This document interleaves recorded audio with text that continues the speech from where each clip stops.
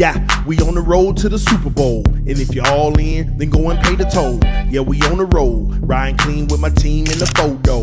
We gonna all stick together, we got one goal. That's to grow and to reach a new plateau. Make sure our success is an overflow and leave the past in the past. By Gates flow, now it's time for McGenius to clean us up. We gotta be strong and rough, mean and tough. And when it's 4th and 1, we snuff the bluff. And when they make us punt, we make them up. We take their stuff, they hands is cuffed. We the big bad wolf, yeah, we huff and puff. Come roll with us, ain't talking blunts, we sobered up. We all gon' ride, therefore we gon' need a bus, yeah.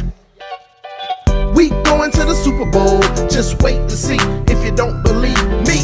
We going to the Super Bowl, just wait and see if you don't believe me. We going to the Super Bowl, just wait and see if you don't believe me. We going to the Super Bowl, that's right, and we gon' do it again. Yeah, Miami is the best. Win, lose, or draw, about to face a real test. Woo! Got the second hardest schedule in the business. Only Eagles got it worse, they on the hit list. We bout business. Waddle coming across the middle with the swiftness. Two with a Tyreek with the quickness. Got a demon in the middle named Christian. Big contradiction. Woo! Fangio won it all, ambition. Jay Holland beat Jones with the hit stick. Jay Phillips on the edge, about to hit a lick. Claiming you a dog, then you about to meet Mike Vick. But Peter gon' chip, so if you need him, call Nick. He gon' hit you with the blick. Chubb about to raise his fist. 4th down, we gon' blitz. X about to get the pick. Ramsey packing luggage, cause he know we about to take a trip. We going to the Super Bowl, just wait and see if you don't believe me. We going to the Super Bowl, just wait and see if you don't believe me. We going to the Super Bowl, just wait and see if you don't believe me. We going to the Super Bowl, that's right, and we gon' do it again. We going to the Super Bowl, just wait and see if you don't believe me. We going to the Super Bowl, just wait and see if you don't believe me. We going to the Super Bowl, just wait and see if you don't believe me. We going to the Super Bowl, that's right, and we gon' do it again. I'm done. Now it's right now. Let's go. Hey, just real quick, let me beat my young one in Connect 4. It'll take me about 30 seconds. We made a deal. If he beat me in Connect 4, they could stay up all night and mommy will build a fort and everything. So y'all give me 30 seconds. It'll be easy work. You ready? Yes. You ready to lose? No. I'm a win. I'm a winner. I'm the winner. No. You ready? Yes. Go. I could go here. I blocked you. No. Actually, I was gonna here. I blocked you again. They're gonna block you. Uh-oh. Block attack. Bam.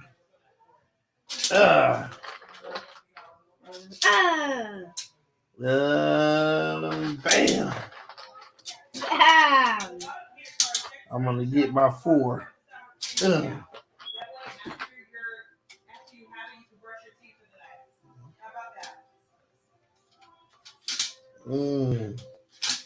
That is the scoop rock cutter.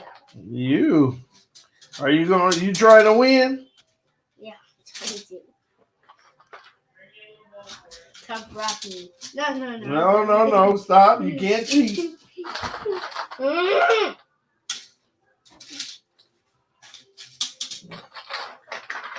Time for me to win. You are in no time. Oh! Do you have 4? Resty. Like, this is almost like 4. Because, I mean, 1, 2, Resty. 1, 2, 3. I have 4 in a row! 1, 2, 3. You beat me? Yes! I have 4 in a row here. You don't have 4. Yes, I did. Look. 1, 2, 3, 4. You have no 4s. Look. 1, 2, 3, 4. You beat me. You gonna tell Carter y'all get to stay up all night? Yes. All right, have 5. Good job. I'm gonna beat you next time, okay? No. Yes. Yes, I am.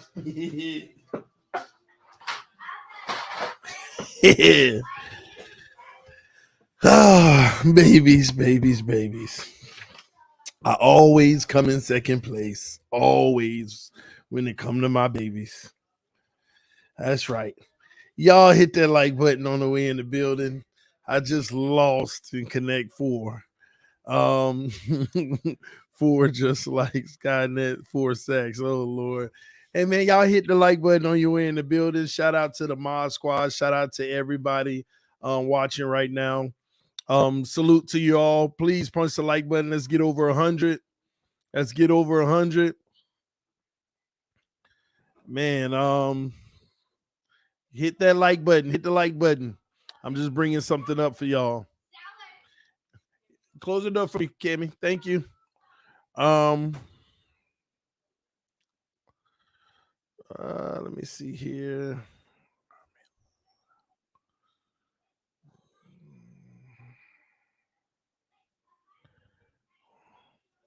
All right, got it.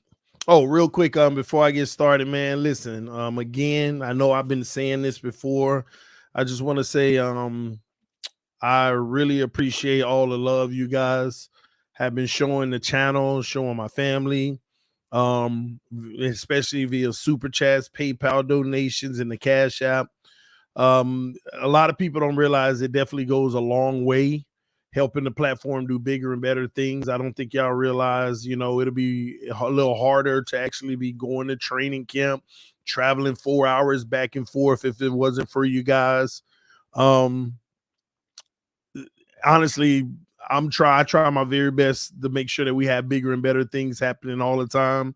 And we got some bigger and better things coming, in the near future. Um, I've gotten several DMs from people who want to just show some love, hey TD, I want to support the training camp and all this and that.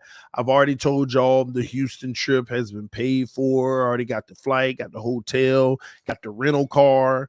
I know some of y'all hit me up in the DMs about, hey, well, can I donate to buy you dinner and all this and that type of stuff. Listen, if you choose to do so, the Cash App is always in the link of the video. You can just go over to the Cash App, make sure you put Houston on it so I'll know exactly what it's for. But again, all those who have been donating, y'all just been helping me go back and forth. 4-hour drive from Central Florida down to Miami, to Central Florida to Miami multiple times a week.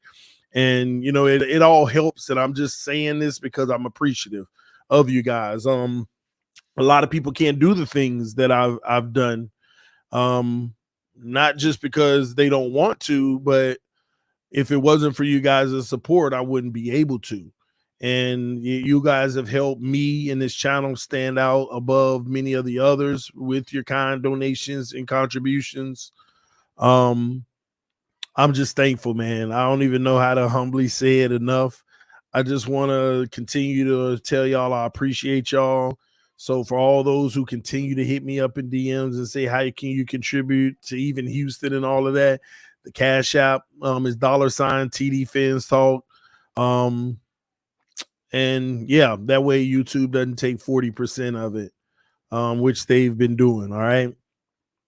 So shout out to Banana with the donation already. Just said just a simple thank you, fins up. Y'all continue to show love. Y'all continue to show support to the channel, man. I'm thankful for it. All right. So again, I don't know. Let me put this up for y'all just in case for those who don't know. So that's the Cash App at the bottom of the screen. I'm not gonna have it up too long because I want to make sure I put our sponsor up. Appreciate y'all, man. I don't know how to say it enough. I'm just thankful. Honestly overwhelmed with the love and support. Just thank y'all so much. And thank you for everybody who checked on me last night, because I decided that, it was like 11 something at night, 12 midnight. Let me just head back home. It was going to be a tough drive, but let me go ahead and get back home. So I started driving. I ain't gonna lie, I got a little tired 2 hours in. So I stopped at a state trooper office, and I slept for like 30 minutes, and then I took off again, and I got home around 4:30 because I wanted to be home in time to help my wife set up for my son's birthday. So today is his birthday. We had a long day, elaborate day. I filmed a lot of that, got a lot of footage on that and stuff. So I'm gonna start dropping a little blog footage on another channel that I'm starting, All Things TD, so you can see behind the scenes, my life, how I set up for streams, how I, interact with my family and all that. Because a lot of people, obviously, they're interested in how I live my personal life too. So figure, hey, why not blog it and try to start, living my life in a way to where I can be a role model to young men and women who just want to, do bigger and better things in life, because that's a desire that I've always had. So yeah. So stay tuned, get ready for that. I'll be dropping a link over the next few streams of that. So get ready for it. Um whew. Yeah, let me put that back. All right, got it. So again, thank y'all. Got another donation from the homie Sith Lord Todd. Says support for the new channel. Hillary Finstalk, great commentary. That's what's up. That's what's up, man. And thank y'all for showing the wife love during that stream. Still had some people hating, talking crazy about Hillary doing the stream and stuff, but you can't make everybody happy, and the haters gonna always hate. Well, shout out to Guto Mom Premier, who just donated to the channel via the Cash App. Thank you, brother. Thank you. Thank you for the love. Again, if y'all want to show love for the travel and stuff for camp, just send it through the Cash App. Also, when I come back from Houston, there's 2 more joint practices for the Miami Dolphins. So I'm gonna see about attending those as well. If I had the resources, I'll attend those as well, because I'm gonna be honest with y'all. I've exhausted a lot of funds for training camp. That's why I'm grateful for y'all helping me get to Houston. So if I have the resources, I will go to those last 2 training camps as well, down in South Florida. So give y'all the coverage, and then carry y'all all the way through the regular season. I'm gonna try my very best, even if I don't have the resources. I'm gonna try my very best to do it. Just keeping y'all posted on that as well. All right. We got to talk about the state of the Miami Dolphins tonight. Everything there is to know about the team, breaking it down from one corner to the next, giving you my current state of what I believe and where this team is right now. Um, Not holding back on any area, but we really got to talk about it and have a realistic outlook on what this team is, what they can be, with some optimism and pessimism, so that we can get a real gauge of where we are as an organization. There's so much to talk about, from injuries to who's going to make the team, who's not. So y'all buckle in. We're going to hit all of that. Before we do, we got a 250 people watching late at night, almost 11 p.m. That's huge. So let me know where you're from. I want to know where you guys are from. Let me know in the comment section. Where are you from? All right. Let me know in the comment section where you guys are from. All around the world. All right. Just let me know. I'm very interested in finding out. All right. All right. So every stream, pretty much this season, mainly will be brought to you by our official sponsor, who we've partnered with for the 2023-24 season. We're grateful to have a sponsor, BetUS, where you can receive a 125% bonus. The link is in the description of the video, so take advantage of that opportunity as well. I also pin it at the top of the chat, which is going up right now. So if you want to click on that link, support our sponsors is supporting the channel. That way you can take advantage of the 125% bonus. If you check me out on Twitter, I post little odds that are interesting, so that you may want to take advantage of some of those as well. But go through it, look at the futures, look at the nows, all of that. We're talking about a reliable site who stands second to none. BetUS has been in our corner since last year as well, and we're in their corner because it's really, in my opinion, the best place to get taken care of when it comes to all of your, parlays and whatever, or spreads and things of that nature. So I want to say, yes, I have an account with BetUS and love it. I'm glad to hear that, Steven, man. I'm glad to hear that. Testimonial is always important. All right. So, ladies and gentlemen, again, the link is always in the description and pinned in the chat. Check out BetUS. And I just keep stressing, take advantage. If you're going to invest in it, take advantage of the 125% bonus. That's all I'm saying. That's all I stress to people. Because some people, they'll be like $10 in and get $12.50. Okay. And then another 10 and another 10 if they want. Man, take advantage of that because you only get the bonus when you first sign up. So you're going to go ahead and drop a larger amount. The first amount is the one to do so you can take advantage of the 125% bonus, which is rare. So take advantage of that, all right? So, yes, again, the stream is brought to you by BetUS. Let's dive in, ladies and gentlemen. Again, punch that like button. Stephen Coffee, I see you up in here. Northport, Florida, Greensboro, North Carolina, Rome, Georgia. Man, stuff like that always blows my mind. Cincinnati, Ohio, Rhode Island, Providence in the house, Alabama, Kansas City, Memphis, Tennessee. It's crazy to me. Realize North Carolina, Tampa. Man, let me tell you what's crazy about it. We like this channel is like, you would think that it's Miami. You know what I mean? But it's not. It's like we're just so everywhere. And it feels like the least is Miami on here. I got one Miami born, but live in Central Florida, Davenport. You right there close to me, man. Man. St. Petersburg, Syracuse, New York, Key West. I get down there every year. Riviera Beach, the Bahamas, Belgrade, Memphis, Tampa, Columbus, Ohio, Chesapeake, Virginia, Connecticut, Virginia, West Virginia, Houston, Nassau, Bahamas, Meridian, Mississippi, Rogue River, Oregon, man, New York, Virginia, Memphis, New York, Virginia, Miami, Windermere, Florida, Raleigh, man. This is what I told you. This is what blows my mind. Port St. Lucie, 954. That's where I was born and raised, Hollywood. Ohio, Kissimmee, via New Jersey, Casablanca, Colorado, Puerto Rico, San Juan. Man, New Jersey. I'm going to stop right there, man. Salute to you all. Thank y'all for tuning in all around the world. Got people from Rome and stuff. Thank y'all for tuning in all around the world. I'm grateful to have you here watching me on a Saturday night at 11 p.m. Beyond grateful. Salute to you all. I wish you and your families nothing but the best, and I wish you great health, prosperity, and just joy in your life, all right? I want everybody to know that, and I thank God for waking you all up this morning. I asked him to wake you up tomorrow so that you could be the best versions of yourselves, that you could do his work to just help others in this world.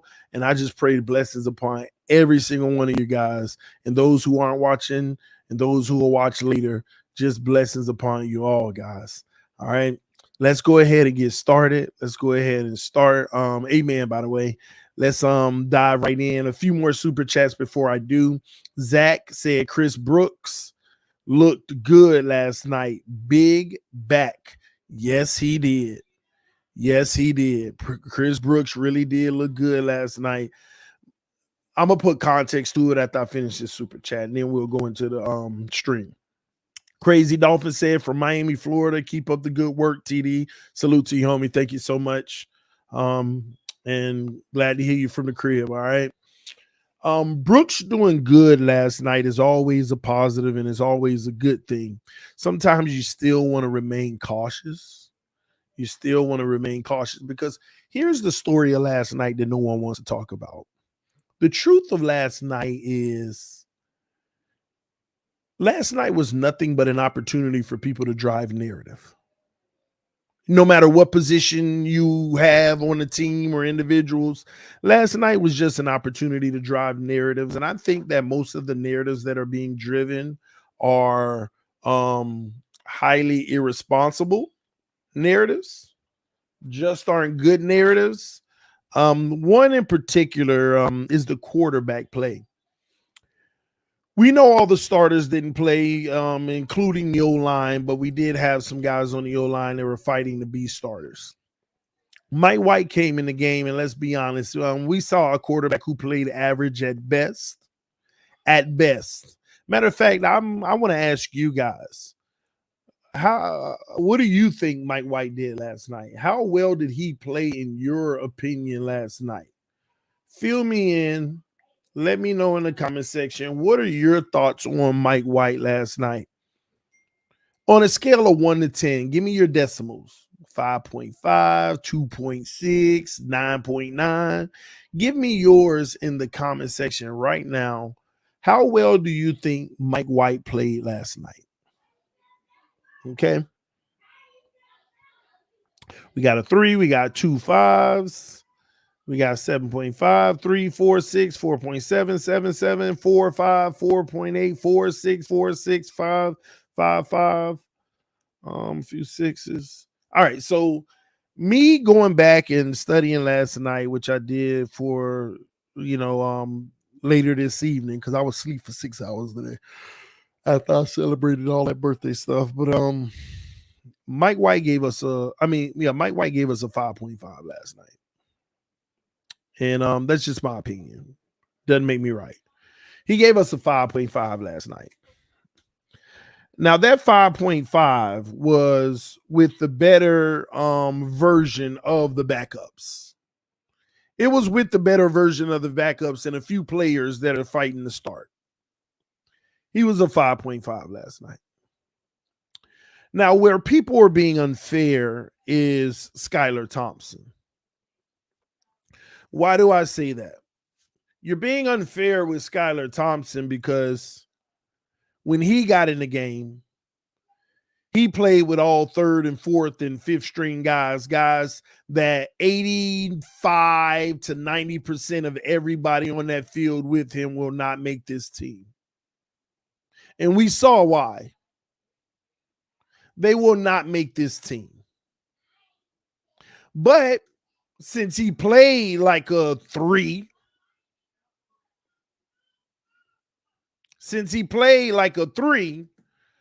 it's helping everybody with their narratives around here trying to say, oh my gosh, look at Skylar, just so bad. And I honestly stayed away from the conversation today. I could have been defending Skylar and all this and that. Now, don't get me wrong. Skylar had his own flaws in that game. But let's be honest here. It's a shame that we're only allowed to use context when it comes to certain players. But then when it comes to others like Skylar and company, we're not allowed to use context. Just let it be what it is. We're not allowed to use context. Just let it be what it is. The truth of the matter is, the same thing applies for Mike White. If Mike White played with the entire starting O-line and Mike White played with Tyreek and Waddle and Chosen, I don't believe he would have been a 5.5 last night. I think he would have been much higher. Even if he still had his struggles, he would be much higher. Same thing with Skylar Thompson. Had he played with the 1s or even Mike White's unit in the 2s, he would have been much higher. But people don't want to care about that. They don't want to use that. They just want to go in and say, oh my gosh, thank God we have Tua. And thank God we do have Tua. Because I'm going to continue to say this as I'm being honest, Tua is the best quarterback on the roster. He proved that last year. And at the end of the day, he gives us the best chance to win. But what I don't understand is that people act like they haven't seen a version of Tua without many of the starters. I remember the Houston Texans game alone. As soon as Teron Armstead came out of the game in the Houston Texans game, Tua looked like a worse version than Mike White or Skylar ever looked. And that includes the Jets game with Skylar when he looked atrocious. Tua looked worse than any game that I had ever seen when Teron Armstead came out of that Houston game. Every play was a disaster. Every single play was a mess. To the point Mike McDaniel said at halftime, no, Tua's coming back in at the half. He got a lot to work on. And he came out, and it was so bad that Mike McDaniel had to go against his own belief and said, nah, I got to pull him, and took him out of the game. It was that bad. But we don't think about that. We don't think even how our starter looks when you take away a valuable piece like on the O-line like Teron Armstead. And he's under duress the whole time. Because Mike White was under duress and Skylar Thompson lived under duress in that game last night. But we don't care about context unless it's for someone that we want to defend. And anybody outside of the people we want to defend, we're okay ignoring, acting like it doesn't exist when it comes to context. Thank you, Mike McDaniel, in his press conference last night for making it all about context. And Mike McDaniel said it himself. This isn't me,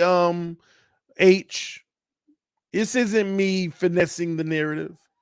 Mike McDaniel out his own mouth defended Skylar Thompson and basically said he didn't get to run with the guys Mike got to run with.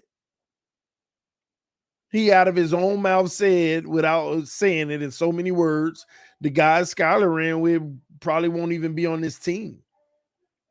Same thing about the special teams punt return. He said, I mean, most, if not all of those guys won't even be on this roster. So I can't really get, I could just coach that you need to do your job.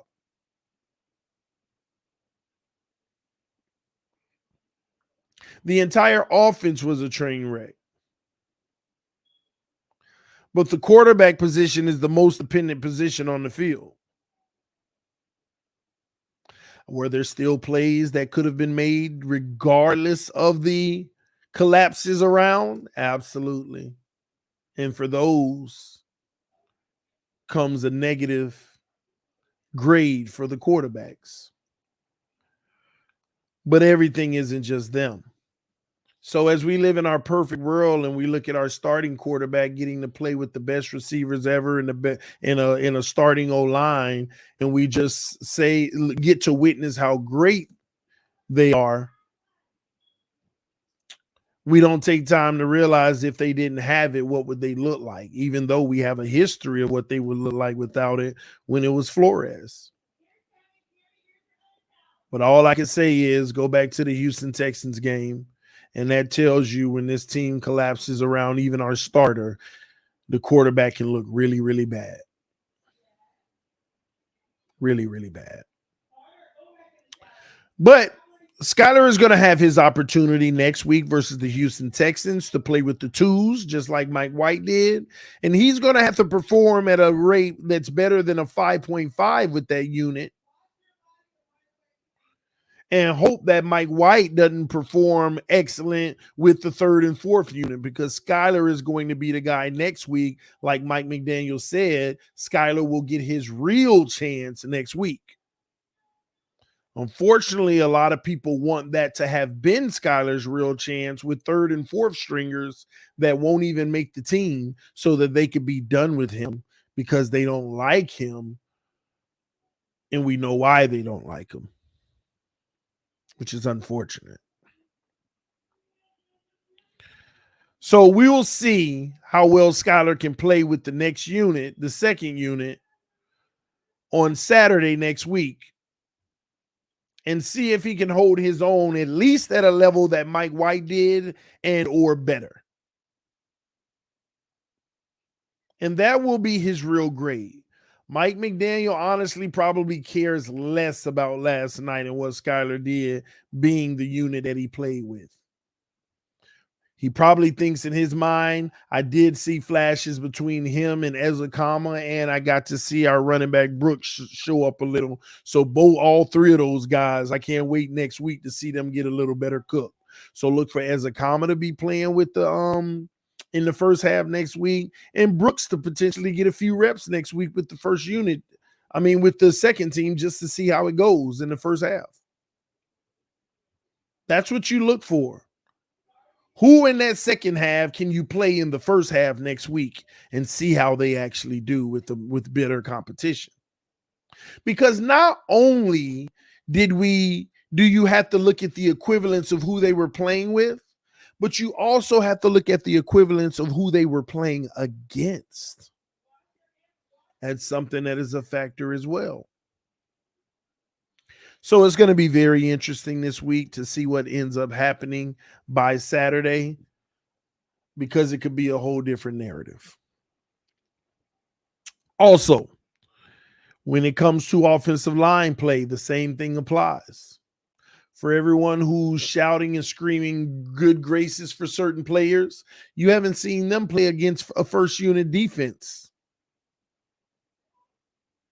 And those who are kicking and screaming about how bad somebody is, then same thing could apply when they're playing with a bad unit. But the O-line, it is what it is. So next week will tell us all we need to know with certain players in that regard. I just noticed the narrative out there, and it's very interesting because people pick and choose when they want their narrative to apply. Okay. Somebody's asking me Skylar or Mike. As of right now, from what I've seen in training camp, I would have to go with Mike White. And I got to be honest with you, it's not even close like many make it. It's not even close. Now, to be fair, where I don't want to be unfair, a lot of writers have said it was closer before the fans were allowed at camp. And then the first 3 days of camp, Skylar looked better than Mike White. But the 5 different engagements that I've seen them practice since, Mike White has blown Skylar out of the water. So it's tough. It's tough. Mike White just has come on lately, but you definitely wish you had gotten to see a little bit more on yesterday. Now, Chris Grier has one more move to make. Is it Dalvin Cook or offensive lineman? Let me know in the comment section. Chris Grier, if he has one more move to make, is it Dalvin Cook or an old lineman? And you can guarantee that it's going to get done. Which one you picking, ladies and gentlemen? Which one are you picking?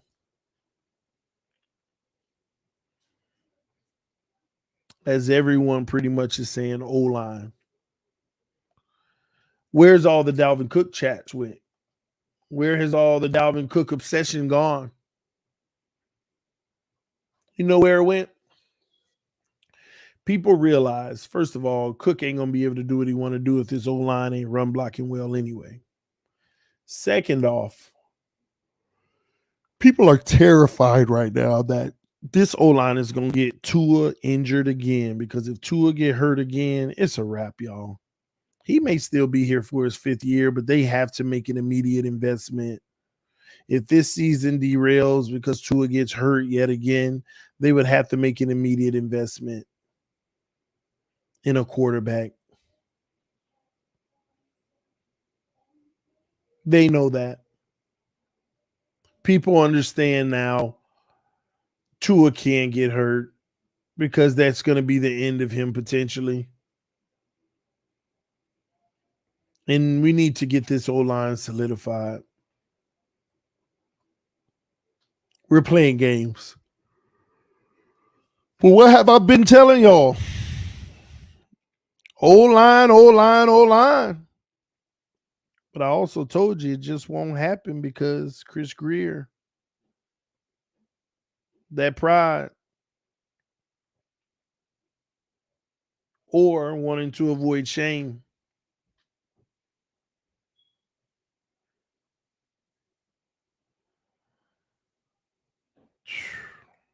Somebody said nobody available, and the next comment is my answer. Best player available across the board. Listen, the best right tackle or best left guard that's still available is better than what we got. I can guarantee it. Can guarantee it. G Money said, with no O-line, y'all done for playing the NFC East. I'm not going to debate that, but what I will say is there's one X factor that people need to come to grips with. Teron Armstead. I told y'all this last year. This ain't me being pessimistic. I mean, this is just data. Data tells you this. You're getting 12 games.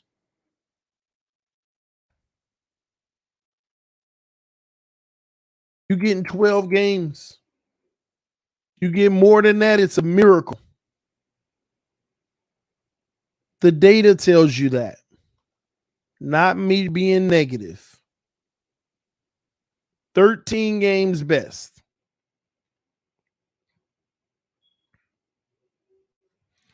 Teron Armstead now is a 10-year veteran in the NFL. 10-year veteran. 1 year he played 6 games. Another year he played 7. Another year he played 10. Another year he played 10. Another year he played 8. 5 out of 10 years he played 8 or less games. 10 or less games. 5 out of 10 years he's played 10 or less games. 2 more seasons he played 13 and 13. One he missed 3, the other he missed 4. 5 technically. Because the playoffs.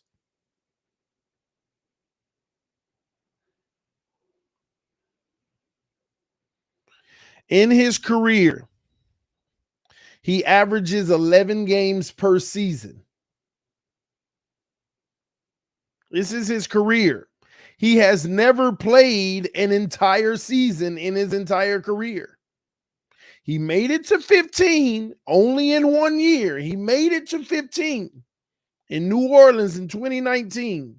He made it to 15 games.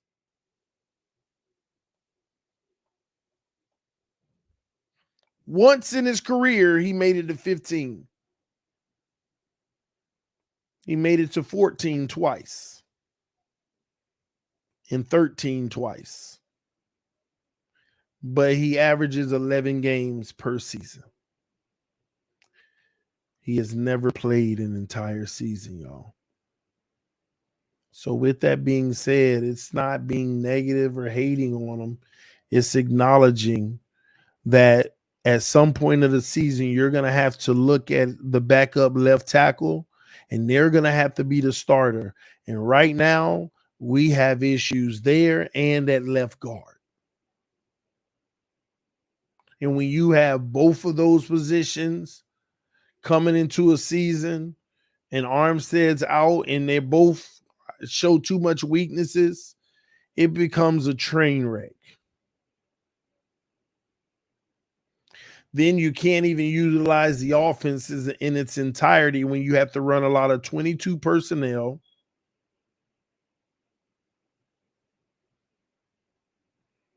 And your tight ends have to be in max protect all the time, and we go back to running 2 and 3 man routes.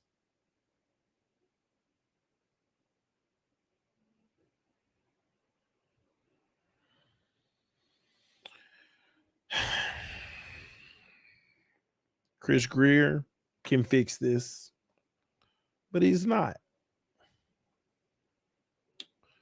Zach with the donation said, trade for Zach Martin, sign him to a 3-year extension and front load his money the first 2 years so we can bail out year 3 if needed due to his age. What money do we have to front load anybody's contract? We don't have any money to front load anybody.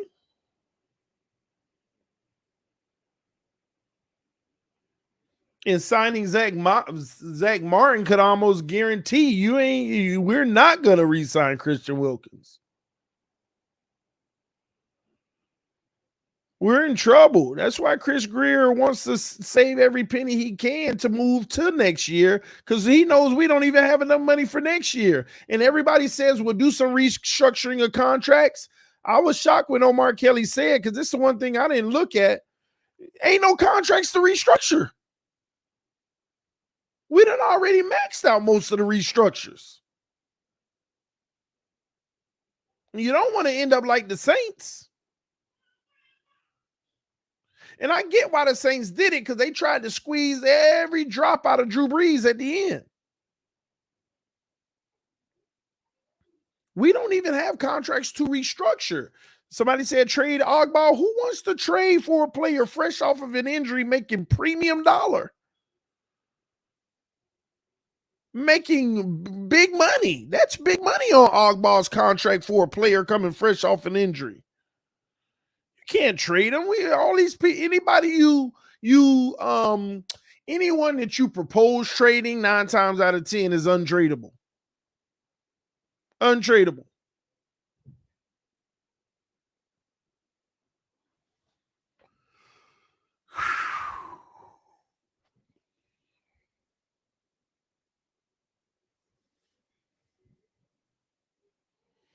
I would trade him and eat majority of the contract. Any savings will help, and Cedric is not doing anything. Wait, you trade who, Dylan? And eat most of the contract. Who you gonna trade? Cut Cedric will save us $2 million. We will eat that 5. Yeah, that's all good. But save $2 million, right? Who you gonna replace them with? You got to fill another roster spot. And how much is that person making?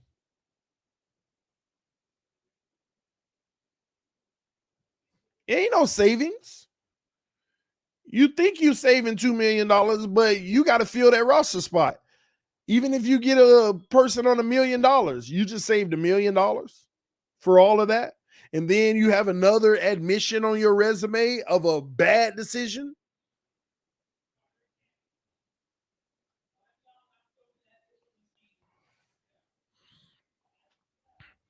How much dead cap we willing to eat? You talk about pushing the can down the road even further. It's already pushed too far, bro. We get like real talk.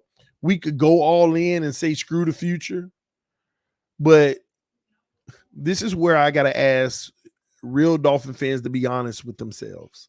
As much talent as we have on this roster, I don't know nobody deep in their heart of hearts, if they had to sit in front of judgment for their life, would guarantee a Super Bowl. A lot of people don't know how far or how well we're going to do this year. Most people know that we could do something special, but we could also fall flat on our face, because half the prop players we got anyway are so injury prone. That's just the truth. So why go for broke with a roster like that? It's something you just really, truly don't do. Y'all hit that like button. We got 370 people watching late night, man. And again, thank you for the donations. We got another one coming in. G Money said, y'all negative 47 next year. Browns negative 84 million. LOL. Yeah. But I'll tell you this, at least the Browns, a major part of theirs is in the quarterback contract, a quarterback you probably expect to not only have long-term, but even re-up another deal in 4 years, so y'all can play with the money however you want. Because about almost 45 million of those dollars can be played with however you want. We don't have that situation.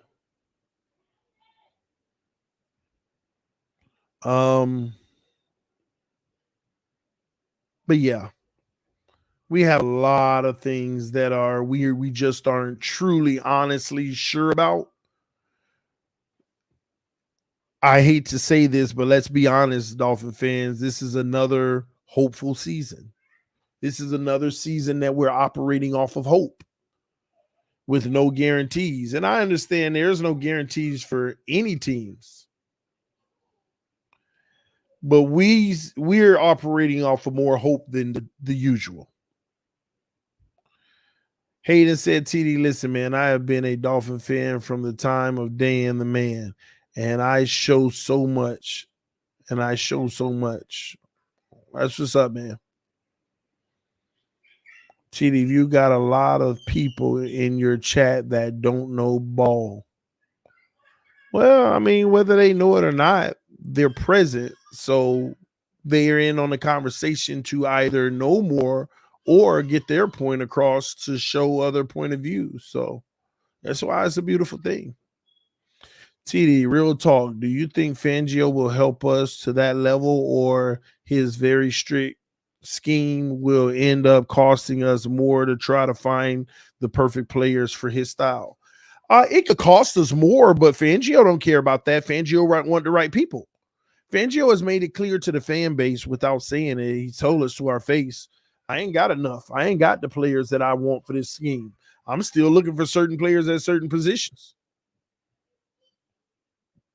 Fangio knows he's going into this season with about 3, 4, maybe 5 players that aren't his primary decision, but he got to deal with it. And he's going to coach them to try to make them better. But at the end of the day, next year, he's looking for 2 or 3 more guys to be replaced.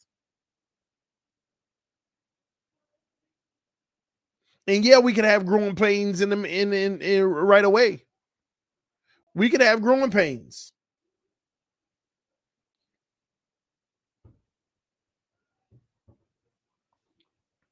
We could definitely have growing pains and we could struggle. But let me be clear. We'll be like, man, Fangio ain't what we thought he was. Yeah, he is. This is a new system. So you got to bring your personnel in that better fits it. But at the same token, he got to create a defense that's kind of hybrid of Flores and himself if he wants to be successful off rip. Will he do it? I don't know. Time will tell. Is that mama girl in here? Harper. Harper? What are you doing? You crawled all the way in here? Huh? Come on. Say hey. Say hi. You say hi. Say hi. Yeah. Yeah. You saying hi to the people? Say hello. Dada. Dada.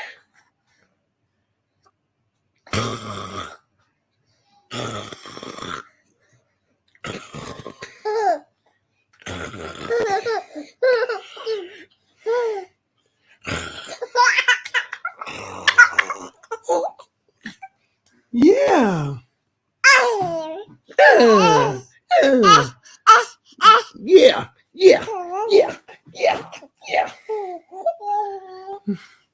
I love you. You gonna stiff on me?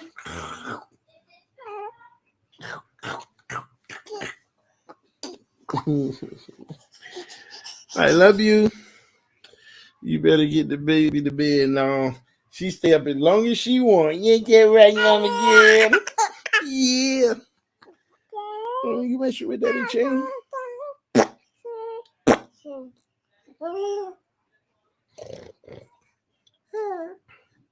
Yeah.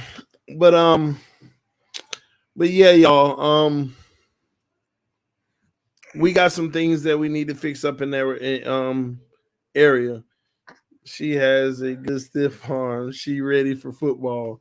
I know it. She came up here. She came in here.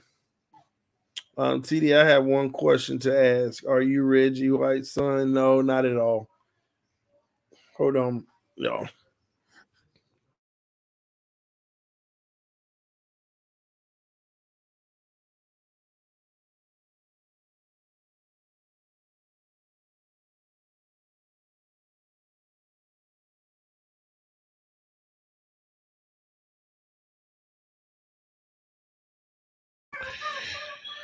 All right, my bad, y'all. But yeah, let me continue. Oh, don't be me yelling at mommy. She snapping on her mama. But yeah, real quick, back to it real quick, because I'm gonna do it about 20 more minutes. But yeah, whoever put that in the comment section, yeah, I've heard the rumblings. I've made a few phone calls. Nobody can confirm it. It might just be rumor about Mike McDaniel and Chris Grier butting heads right now. Everybody I've spoken to, nobody said that that's actually happening. But hey, who knows? I will say this: if they were to be butting heads, it's as simple. Mike McDaniel wants more because he needs more. But Chris Grier don't have more to give. And what I'm trying to people are mad at Chris Grier, but they're mad for the wrong reason. They're mad because he's not doing more, instead of being mad at all the bad decisions of the past that has put him in a place now to where he can't do more. Like, y'all do realize Chris Grier can't do more, right? If he does more, he's just making it worse for the future. So if Chris Grier said, I can get you an O-lineman right now, but I can't re-sign Christian Wilkins, what would y'all do? What would you do? I can go get you a left guard right now, but I can't re-sign Christian Wilkins. What would you do? That's what it comes down to. I can go get you a right tackle right now, but I might have to let X go next year.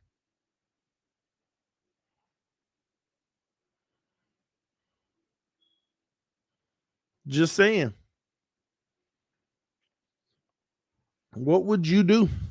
Everybody's saying buy Wilkins, right? So now, just hypothetically, your defense is struggling, especially in the run D.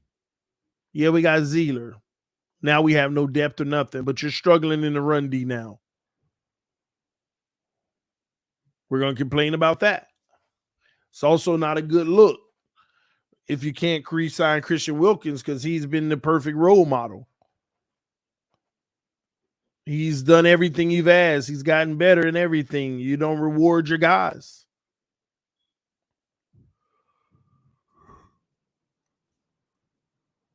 Tough.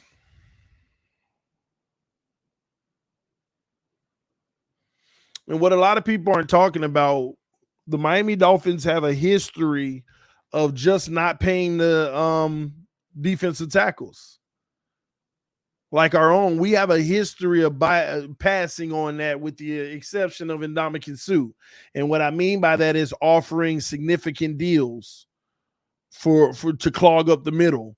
We have a history of just not doing it. And then Ndamukong Suh made us turned off about it even more. I'm in agreement with Glenn and Nathaniel. I mean, you got to sign Suh. I mean, you got to sign Wilkins. But again, this is why I'm trying to help people understand. We can do more, but we can't, because you got to make a decision on which one.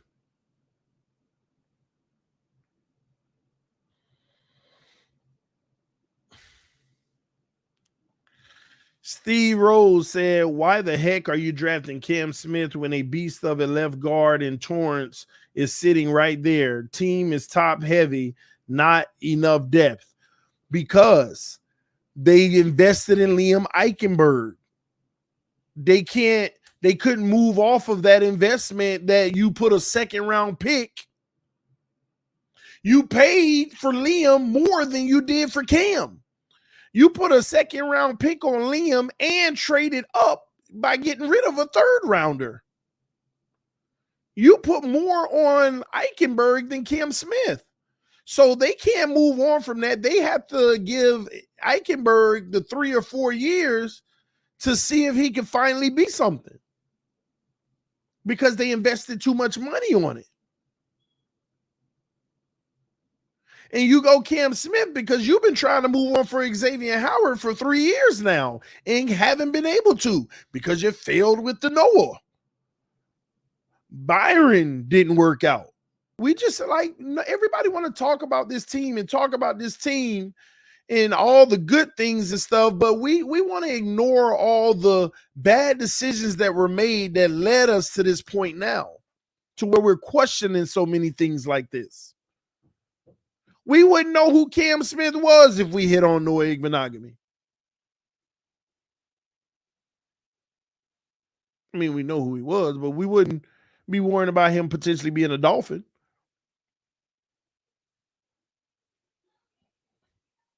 This is why they keep at it with corners, because the one area that we don't have any relief is in the cornerback room.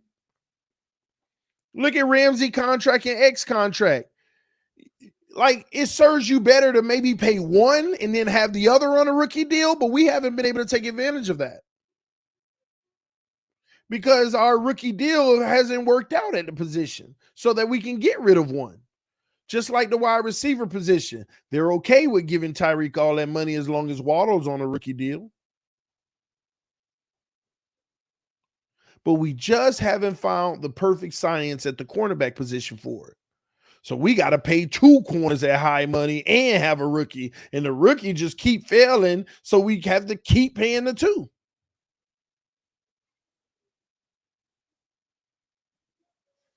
The reality is all of this is a result of bad decisions of the past. Failures that didn't work out. And what do? We blame Brian Flores for not being able to develop most of these guys. And now McDaniel 1 year in, and all of them, with the exception of Tua, haven't showed any improvement. And some would debate that. Some would think that's a direct correlation of what they put around him that he didn't have under Flores. So Flores never could fix the O-line. Here we are a year later. We even spent money on it this time, and it still ain't fixed. Flores ain't had no Connor and no Armstead. And it's still an issue. Is it true McDaniel and Greer beefing? I don't know. It could be, but I've reached out to a few people. They haven't heard anything. And they've told me that don't mean it ain't happening, but they haven't heard anything.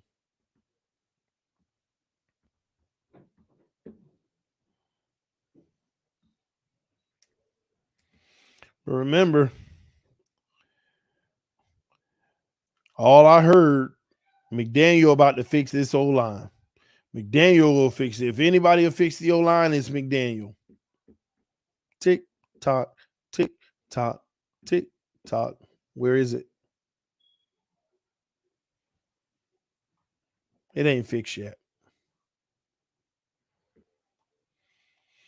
And we ain't got no depth on it. Flores is a great coach, but terrible people management. Thank you for bringing that up, because now we got to get a little controversial, because do we need people management? Or do we need to tell people to stop being soft and man up? Do your job. I sat there and I heard Tua at the podium say, it's happy days now. We have fun. Before it was just felt like just do your job. Okay. We are the most penalized team in the NFL last year. And the way things are going right now, look like we headed to being the most penalized team in the NFL again. Do you know under Brian Flores, this is his second year, we were the least penalized team in the NFL? Because TNT takes no talent, run to that wall and back every time you make a mistake, hold you accountable, do your job, get on you about not doing it. We had discipline. This team has no discipline. And it's at every position. At every position, we are the most undisciplined team in the NFL. Now, is that a direct correlation with a team-friendly coach versus a coach that's making you do your job? It is a direct correlation. How you go from the least penalized team in the NFL to the most penalized team in the NFL? I'll tell you how. It's that soft approach. Oh, we're all one. I'm not going to make you feel like this is a job. It's about having fun. As long as you're having fun, we're going to remove accountability and just, change the word to responsibility. We all have a responsibility. See, when people have a responsibility, you still give them a choice. Not everybody handle their responsibilities. And when there's no consequence for not handling your responsibilities. See, accountability is different. Accountability is giving you a consequence if you don't handle your responsibility. It's the difference. So one was about accountability. The other is just solely about responsibility. It's just my job to show you what you're responsible for, encourage you to do it and do it well. And work on it at a high level in hopes that it'll become second nature. There's like, you have full control on whether you want to or not. But I'm hoping to motivate you to want to.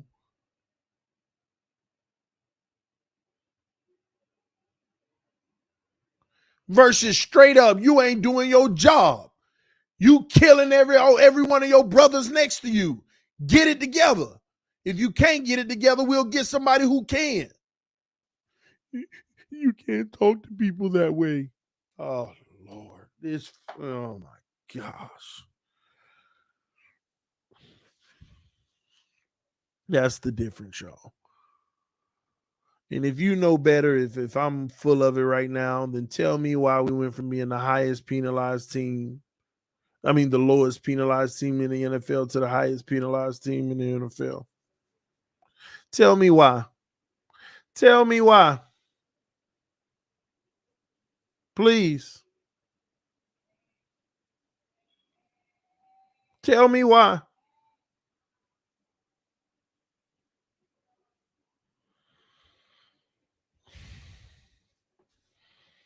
Please.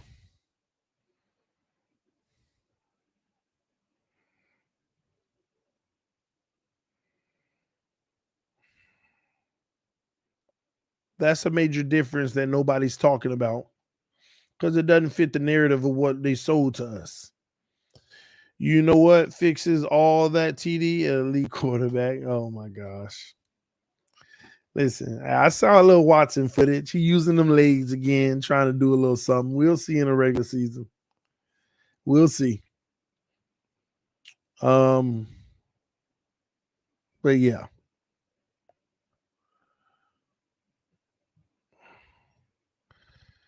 Tell me why ain't nothing. Tell me why. You better than this. I don't know what you're talking about. H. This is why no one believes you, TD. Can't evaluate talent. I'm not sure what you're talking about. You got to be a lot more descriptive so that I can actually interject what you're trying to say to me.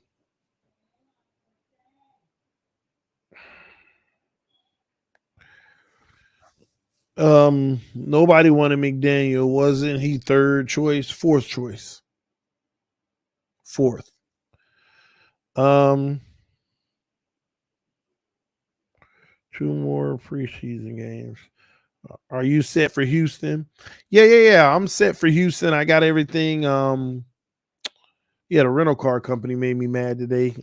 Called them just to see what the hold on my car would be and stuff like that. They were like, we can't find your reservation. And then they were like, oh, because it's under your wife's name. I was like, oh yeah, but she booked everything for me. Yeah, but you can't pick the vehicle up if it's not in your name. All right, we can't switch it in your name. You got to go do it. I go do it. It's $130 more. Oh, well, that's what the rates are now. We can't switch it. So, but I'm still good. So I had to put that aside, and which was ridiculous. And but yeah, we all good for Houston. Everything is taken care of. Those who are still donating for like meals and stuff like that, that's in the Cash App if you want to. And to help me get the training camp the week after back in Miami. So other than that, I am good for Houston. Thank y'all so much. Thank y'all. We are good. Anything else you send, it'll just be for the rest of training camp. All right. But yeah, The state of this team is we are operating off of a lot of hope, ladies and gentlemen. That's just the reality. Unfortunately, it's no different from last year when I had this conversation. I went through and I told you all the things you could be excited about as a guarantee and the things that, we're hopeful for. And right now, the hope's still the same. We hope Xavier Howard can stay healthy. Remember last year, I said we hope X can stay healthy. He say he's in the best shape of his life. And we hope that maintains. And what happened? He had to play with a groin injury the whole season, got toasted every week. And people said, well, he's playing with an injury. Well, once again, we hope X can stay healthy. A few weeks ago, I said we hope Ramsey can stay healthy. Bam, that's done already. We hope now Cam Smith can stay healthy. Bam, this is second injury in camp. If not third, but I'm going to say second. Second injury in camp. This time is the shoulder. Second injury in camp. Hope the other guys in the secondary can stay healthy. They ain't even back from their injury yet. They still in red jerseys. Brandon Jones and all them guys. So our secondary living once again a year of nothing but hope. We're not even going into the season with no guarantee. Name one person that's guaranteed in the secondary that hasn't had a history, ain't coming fresh off of. You know what? That's a good one. Ladies and gentlemen, name one person in the secondary. Try. Didn't Cater Kohu come fresh off of an injury? Oh, well, I give you that. Noah Igbenogany and Javon Holland, huh? Them the two. Those the two.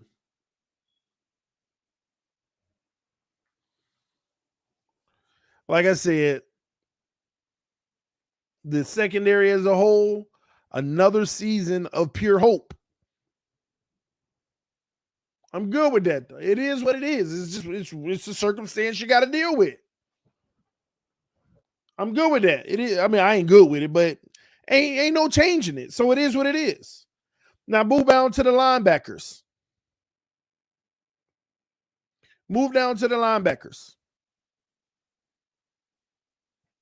Jerome Baker is still Jerome Baker. At the end of the day, I don't think any fans are really going crazy about him. Never have. It don't seem like they ever will.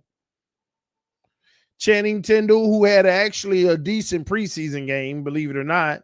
But again, out of the coach's favor.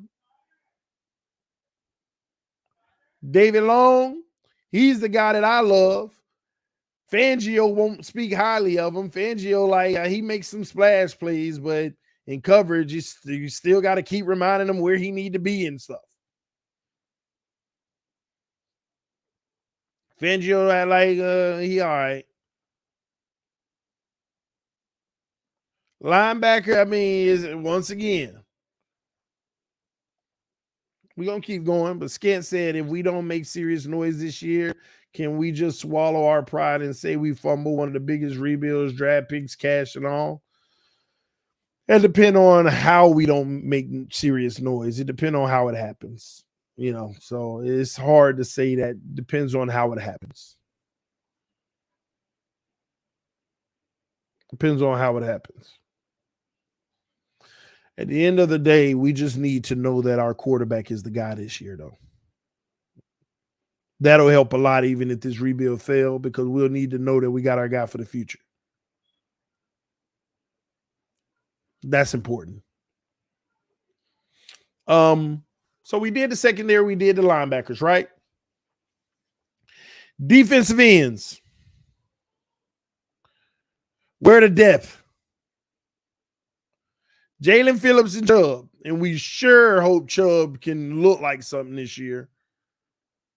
But Jalen Phillips and Chubb. Jalen Phillips is the diamond in the rough. Chubb, we'll see. But where's the depth? Where's the depth at the defensive end position, y'all? Don't say Ogba. Ogba has primarily been playing interior defensive inside all camp. As a backup, by the way. He has been playing inside. A lot of y'all don't even know that, do you? Ogba has been lining up inside behind Christian Wilkins and Zeeler most of the camp.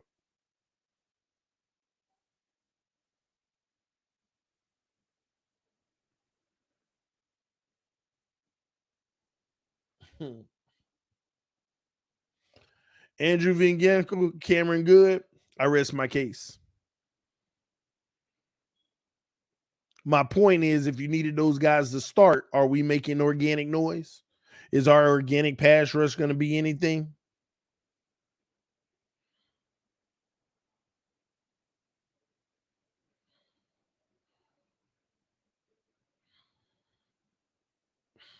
That's why they got Van Ginkel playing inside linebacker and stuff.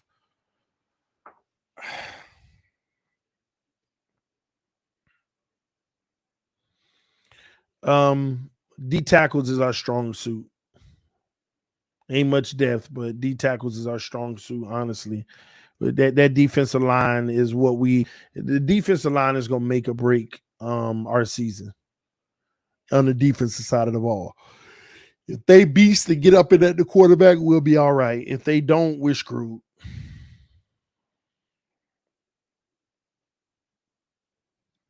On the offensive side of the ball, we live in our pure hope on the O-line.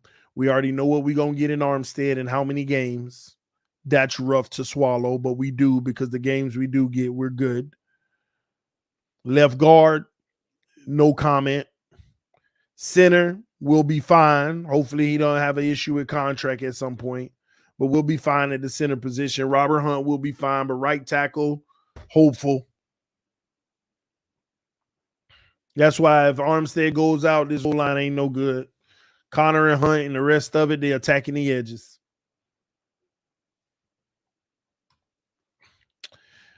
I don't know if your fans know that defense hard to learn and two calls, depending on what the offense looks like, which leave holes for secondary breakdown. Yeah, I'm aware. It's very intricate in that sense. You got to be able to read what the offense is in early on and hope the 10 guys with you are reading the same thing. I just think I don't need to go over the defense like trying to teach people. The best teaching is during games where I'm just pointing out areas.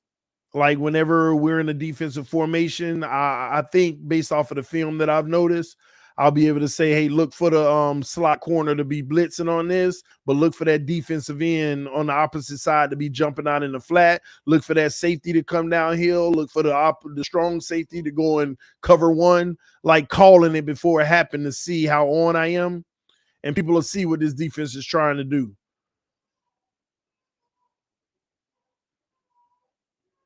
But it's if they read the offense properly. And that's if we're guessing what they call pre-snap because they disguise in everything. That's why it's hard.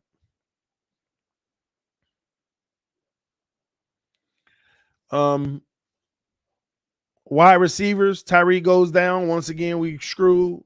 Waddle goes down. It's not good, but we may still be able to function. It is what it is. That's your wide receiver group. Chosen is not going to be as valuable without both of them. Chosen, I believe, can dominate the third corner, but he ain't dominating no one or twos. That's why Tyreek and Waddle so important because Chosen can really eat in this offense, in my opinion. Because I think he's going to be the number 3 receiver. And I think he can really eat him and what's his name? I don't know why I keep tripping. Barrios. They can eat in his system. Any one of them guys go down, Tyreek or Waddle, it's not the greatest situation to be in.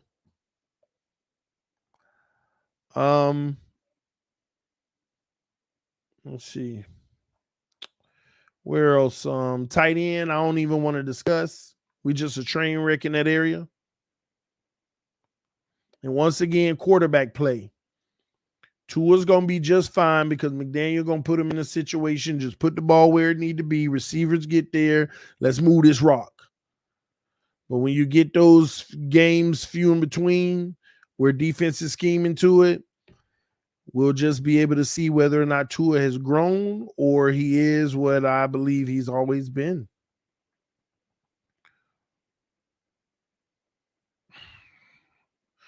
And at the running back position, again, fix the O-line. That way we could really evaluate it. Otherwise, it's hard to gauge. Most of the time we have success running because they think we're passing. So but that also took a heavy dose of passing. Like we passed so much that every time we ran, it was a higher success. Like when you pass 60% of the time, it's like we one of the most passing teams on first down. So that automatically make teams think pass more, and that's why a lot of our runs didn't see over pursuit. So if McDaniel switches back to trying to make it a 50-50 approach, I think it can hurt the pass game and the run game, honestly. But time will tell. We got work all across the board. It's a team dealing with hope. And I'm hopeful that the injuries don't hurt us, that we can execute at the highest level and we can understand these systems and play it out and grow and show growth. And like I always say before I get out of here, man, time always tells. Time always tells. So it'll be real interesting. We'll keep our eyes open for it. We'll keep reporting the news. Next week is very important. We need a bounce back week. We need to go to Houston with that young team and play some great football and dominate. We didn't dominate Atlanta at all to be calling ourselves Super Bowl contenders. We need to dominate Houston, and I'll be there on the front lines to tell you whether or not we did. Thank y'all again for the late night stream, tuning in to TD Fans Talk, home with the real Miami Dolphin fans. I'm appreciative of y'all always rock with me like I always say. For those who've shown love, again, even in the Cash App, thank y'all so much. Helping me out. It's fans up no matter what. And at the end of the day, let's just rock with our team and wish for the best. Super Bowl time, baby. Tua time, a Tyreek time, Armstead time, the whole team time. Let's go. McDaniel time. I'll see y'all soon. Peace. I'm out, y'all. Good night. God bless.